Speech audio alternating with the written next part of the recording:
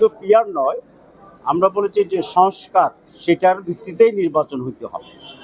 সংস্কারকে আইনি ভিত্তি দিতে হবে, কারণ কোনো ধরনের সংস্কার পরিবর্তন ছাড়া আগের স্টেজে যদি আবার আমরা নির্বাচন করি, তাহলে তো দেশ সেই আওয়ামী লীগের পিরিয়ডে আবার চলে যাবে।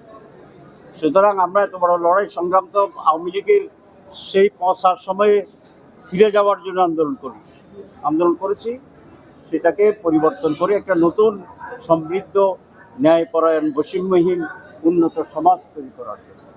সেই জন্য সংস্কারটা বাধ্যতামূলক, এবং প্রধান উপদেষ্টা বলেছেন যে সংস্কার এবং সাংবিধানিক পরিবর্তন যদি না হয় তাহলে আমরা আবার আগের জায়গায় চলে যাব। আমরা ওনার এই বক্তব্যটাকে সমর্থন করি। এর আগে উনি যে পদক্ষেপ নিয়েছেন সংস্কার ছাড়া নির্বাচনের ডেট ঘোষণা, এটাকে নিন্দা করি। আমরা মনে করি যে এখনও সংস্কার করার জন্য অনেক সময় আছে। সংস্কারকে আইনি ভিত্তি দিতে হবে এবং এই সংস্কারের ভিত্তিতেই আগামী নির্বাচন